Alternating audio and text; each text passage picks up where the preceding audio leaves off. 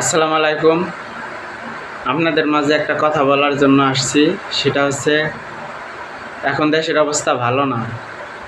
এখন যদি আমরা হাসি খুশি নানান ভিডিও বানাই, এটা দেখতে খুব খারাপ দেখা যায়, এটা নিজের বিবেকও বাধা দেয়।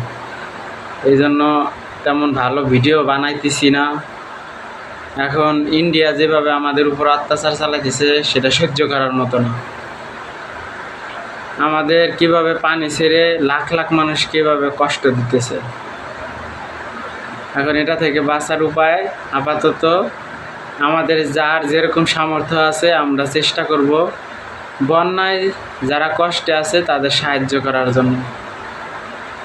আমার এই ভিডিওটা যারা দেখবেন তারা অবশ্যই যারা কষ্টে আছে তাদের অবশ্যই সাহায্য করবেন, যে যেভাবে পারেন, যা পারেন। ধন্যবাদ সবাইকে।